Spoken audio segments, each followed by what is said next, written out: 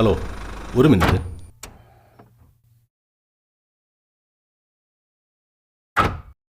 ഇവിടെ 10 വർഷം മുമ്പ് താമസിച്ചിരുന്ന നാരായണൻ നമ്പൂരി എന്ന ആളെ അറിയുമോ? മകൻ കൃഷ്ണനുണ്ണി. ഓ, കൃഷ്ണനുണ്ണി.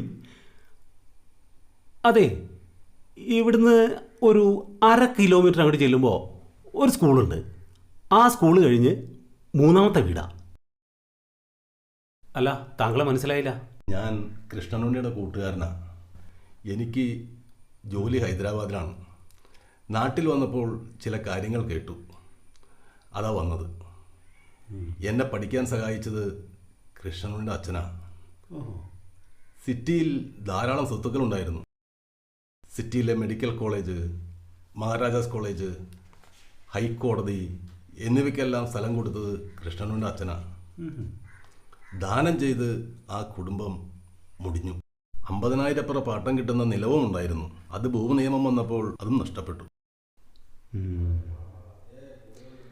ഇന്ന് അവറ്റകളുടെ ജീവിതം ആ കഷ്ടത്തിലാണ്. ഒരു നേരത്തെ ആഹാരത്തിന് പോലും കഷ്ടപ്പെടുക. ഒരു മകനുള്ളത് ചെയ്യാത്ത കുറ്റത്തിന് ജനങ്ങളുടെ ഭീകരമർദ്ദനമേറ്റു മരിച്ചു. നമ്പൂതിരിയുടെ ഭാര്യയാണെങ്കിൽ മകൻ്റെ മരണത്തോടുകൂടി തളർന്നു വീണു.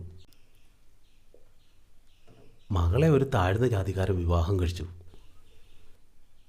പക്ഷെ അവൻ നല്ലവനാ കേട്ടോ. അവന് റവന്യൂ വകുപ്പിൽ എന്തോ ചെറിയ ജോലിയുണ്ട്. എല്ലാ മാസവും അവൻ്റെ കഴിവിനനുസരിച്ച് അവൻ കുറച്ച് പണം അയച്ചു കൊടുക്കുന്നുണ്ട്. ശരി, വരട്ടെ, കാണാം. ഓ, ആയിക്കോട്ടെ.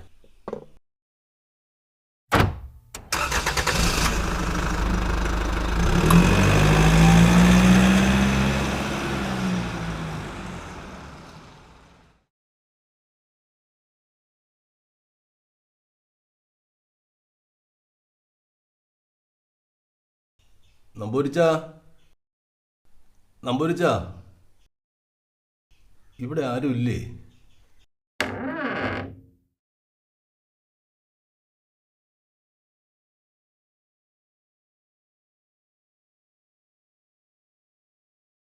നമസ്കാരം. ആരാ? മനസ്സിലായില്ല. ഞാൻ കൃഷ്ണനുണ്ണിയുടെ കൂട്ടുകാരനാ. പേര് രാജൻ. ഞാൻ കുറച്ച് വർഷങ്ങളായി ഇവിടെ ഉണ്ടായിരുന്നില്ല. ഹൈദരാബാദിലാണ് ജോലി. എനിക്ക് അത്യാവശ്യമായിട്ട് നാട്ടിൽ വരേണ്ടി വന്നു. അപ്പോഴാണ് വിവരങ്ങൾ അറിഞ്ഞത്. സംഭവിക്കാനുള്ളതെല്ലാം സംഭവിച്ചു. എനിക്ക് എൻ്റെ മകനും നഷ്ടപ്പെട്ടു. അവൻ്റെ അമ്മയും കിടപ്പിലായി.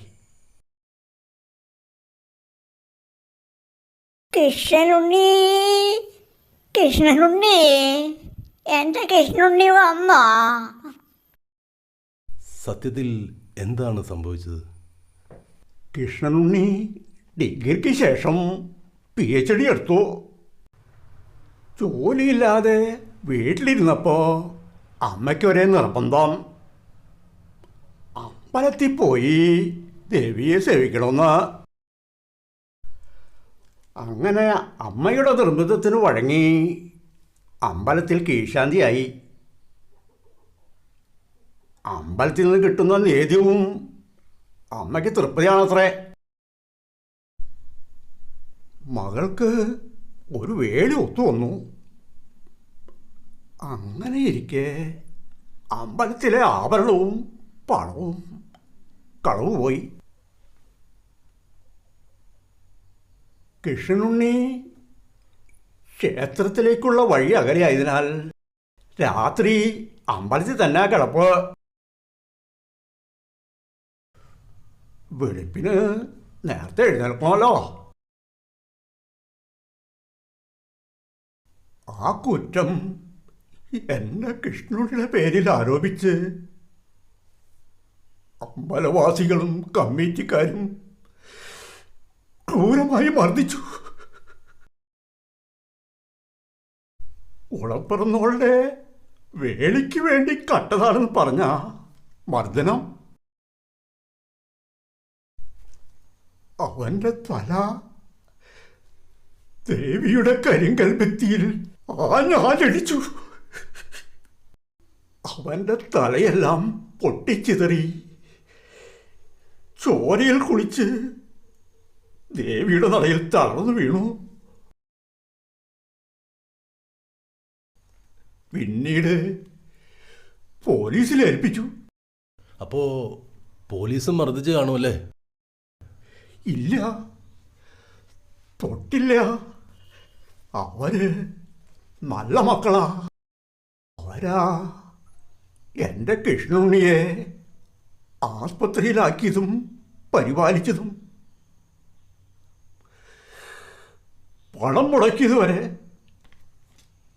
ഒരുപാട് കഷ്ടപ്പെട്ടു ആ മക്കള്. പക്ഷേ എൻ്റെ മകൻ്റെ തലയെല്ലാം പഴുപ്പ് കയറി മരിച്ചു. കളവ് നടന്ന് 2 ആഴ്ച കഴിഞ്ഞപ്പോൾ കള്ളനെ പിടിച്ചു. ദേവസ്വം മെമ്പറും രാഷ്ട്രീയ നേതാവുമായ മാധവൻ തമ്പിയുടെ മകൻ.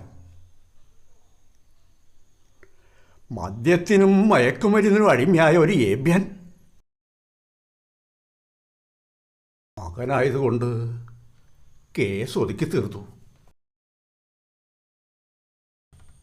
നമ്പൂരിച്ച, എനിക്ക് ഇന്ന് തന്നെ യാത്ര തിരിക്കണം. ഇത് ഇവിടെ ഇരിക്കട്ടെ. വേണ്ട കുട്ടി, എടുത്തോളൂ. എന്നെ മകനായി കണ്ടാൽ മതി. ഞാൻ ഇനിയും വരും.